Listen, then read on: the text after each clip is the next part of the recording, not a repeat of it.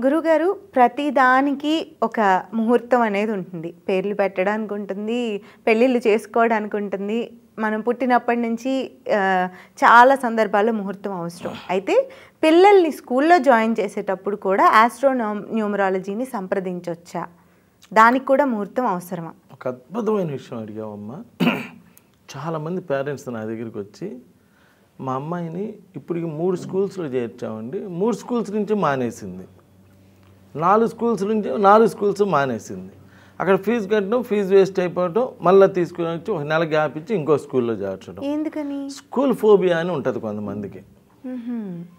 ఈ పిల్లల్ని ఆ తర్వాత గవర్నమెంట్ స్కూల్స్ ఆల్మోస్ట్ 13వ తారీఖు బిగిన్ అవుతాయి. అమ్మో బిగిన్ అయిందని చెప్పి గబా గబా చేర్చుకోవచ్చు. 13వ తారీఖు చేర్చడం చాలా తప్పు కూడా. 13 అనే నంబరే మంచిది కాదు.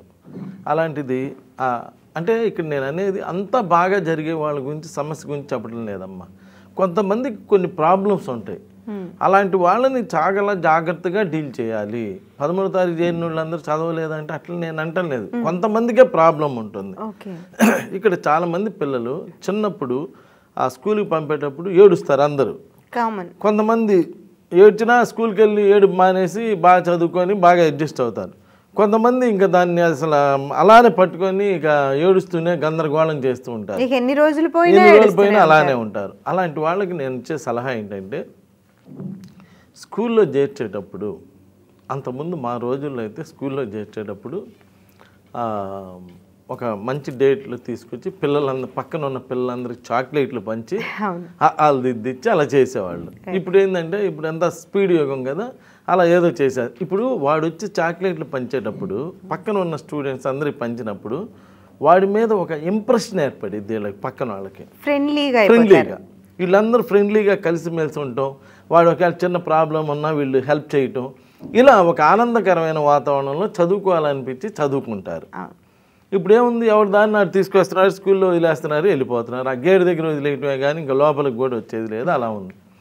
ఇలా కొంతమంది సమస్యలు ఎదుర్కొంటున్న వాళ్ళకి నేను ఇచ్చే పరిష్కారం ఏంటంటే, అసలు వాళ్ళ ఏ డేట్ ఆఫ్ బర్త్లో పుట్టారు చూసుకొని, వాళ్ళ డెస్టినీ ఏంటి, ఆ డేట్ ఆఫ్ బర్త్ డెస్టినీ ఏంటో చూసుకొని వాళ్ళ అనుకూలమైనటువంటి డేట్లో స్కూల్కి పంపిస్తే, అది కూడా కొంచెం ఏకాదశి, దశమి ఇలా మంచి రోజు చూసుకొని, అటు ఆస్ట్రాలజీ ప్రకారం అది మంచి రోజా కాదా చూసుకొని, ఇటు డేట్ కూడా కలిసే విధంగా, డేట్ కూడా వాళ్ళకి అనుకూలంగా డేట్ కలిసే విధంగా, ప్లస్ వారం కూడా. ఇప్పుడు గురువారం ఉంది సపోజ్, గురువు అంటే చదువుకి సంబంధించిన ఆయన, అలా గురువారమా శుక్రవారం ఇలా కొంచెం మంచి డేట్ చూసుకొని, ఇలా అన్నీ చూసుకొని ఫాలో అయ్యి కనుక ఆ మంచి డేట్లో కనుక పిల్లల్ని కనుక స్కూల్కి పంపిస్తే, అలా చదవకుండా మొండిగా ఉండి స్కూల్ మానేసిన పిల్లలు కూడా బాగా చదువుకుంటున్న విషయాలు చాలా జరుగుతున్నాయి నా దగ్గర. ఎంతోమంది ఇలా మా అబ్బాయి 3 స్కూల్స్లో మానేశాడు, 4 స్కూల్స్లో మానేశాడు, 5 స్కూల్స్లో మానేశాడు అన్న వాళ్ళు కూడా మళ్ళీ తర్వాత వచ్చి, సార్ మీ దయ వల్ల మా అబ్బాయి బాగా స్కూల్కి వెళ్తున్నాయండి, బాగా చదువుకుంటున్నాయండి అంటే, మళ్ళీ ఆ పిల్లలను కూడా తీసుకొస్తే, ఏమో బాగా చదువుకుంటున్నావు అంటే కదా, ఏమవుతావు అంటే డాక్టర్ అంటున్నారు. పిల్లలకి నోరు తిరిగి తిరక్క డాక్టర్ అవుతాను అని, అలా డాక్టర్ని అలా అంటాం. ఇలా జరుగుతూ ఉంది. నేను మీ అందరికీ నేను ఇచ్చే మంచి సలహా ఏంటంటే అమ్మా, కొన్ని ఫాలో అయితే కొన్నిటికి మంచిగా ఉంటుంది. సో ఏ డేట్ పడితే ఆ డేట్లో స్కూల్లో జాయిన్ చేయటం వల్ల ఉపయోగం లేదు. కాబట్టి అది కాక ఎమ్మటే ఒక రోజులోనే చదువు అంతా వచ్చేది, సంవత్సరం పాటు చదవాలి. ఇవాళ 13వ తారీఖు ఓపెన్ చేయగానే 13వ తారీఖే డేట్ చేయాలని అంత తొందరపడాల్సిన అవసరం లేదు. ఏదైనా పిల్లలు పుట్టేది 9 నంబర్లే, 9 డేట్లే, ఎంతైనా 9 నంబర్లే. కాబట్టి ఆ 9 నంబర్లో కూడా మనం మంచి డేటు, మంచి డేట్ ఆఫ్ బర్త్ తీసుకోవాలి. కాబట్టి వీటిలో ఏదైనా ఒక 4-5 రోజులు అటు ఇటుగానే జాయిన్ చేయాల్సి వస్తుంది. ఆ 4-5 రోజుల్లో మీకు అక్కడ పోర్షన్ అయిపోయేది ఉండదు, అంత ఇదేమి ఉండదు. సో హ్యాపీగా మంచి డేట్లో, అసలు పిల్లల్ని ఎల్కేజీ అప్పుడు లేదా నర్సరీ అప్పుడు జాయిన్ చేసేటప్పుడే మంచి డేట్లో కనుక పిల్లల్ని కనుక జాయిన్ చేస్తే ఆ పిల్లలు కూడా బాగా చదువుకొని బాగా డెవలప్ అవడానికి అవకాశం ఉన్నది. సో ఇలా నేను చాలా చూశాను, చాలామంది ప్రాబ్లం ఫేస్ చేస్తుంటే చూసి వాటికి సొల్యూషన్ చేయటమే కాకుండా ఆ పిల్లల తర్వాత బాగా చదువుకొని మంచి రిజల్ట్స్ ఇస్తున్నారు. కాబట్టి నేను అనేది కొంచెం చిన్న ప్రయత్నాలు చేయండి. ఇది ఫ్యూచర్. ఒక్కసారి స్కూల్లో జాయిన్ చేయి, వేరే విషయాలు అది వేరమ్మా. ఇప్పుడు ఒక చిన్న అమ్మాయికి ఒక చిన్న డ్రెస్ కొనాలంటేనే మీరు ఒక 3-4 గంటలు టైం వేస్ట్ చేసి అన్ని చూసి షాపులు తిరిగి అన్ని చేసి అంత జాగ్రత్తగా తీసుకున్నారు. అలాంటప్పుడు నేను అనేది ఇది చేసేటప్పుడు ఏది స్కూల్లో జాయిన్ చేసేటప్పుడు అది లైఫ్కి అసలు టర్నింగ్ అదే కదా. సో చాలా జాగ్రత్త తీసుకొని అలా చేసుకుంటే మీకు బాగా పిల్లలు చదువుకోవడానికి బాగా ఉంటుంది, తర్వాత డెవలప్మెంట్కి బాగా ఉంటుంది. ప్లస్ అప్పుడే నేనేం చెప్తానంటే వీళ్ళు రేపు బైపీసీ వైపు వెళ్ళాలా, ఎంపీసీ వైపు వెళ్ళాలా, కామర్స్ వైపు వెళ్ళాలా, అప్పుడే సజెషన్ కూడా ఇచ్చేస్తానమ్మా. అటు వెళ్తేనే వీళ్ళు క్లిక్ అవుతారు. అలా అనే కాకుండా ఆ డేట్ ఆఫ్ బర్త్ వాళ్ళు ఎవరెవరు ఏ ఫీల్డ్లో క్లిక్ అయ్యారో కూడా చెప్పడం జరిగింది.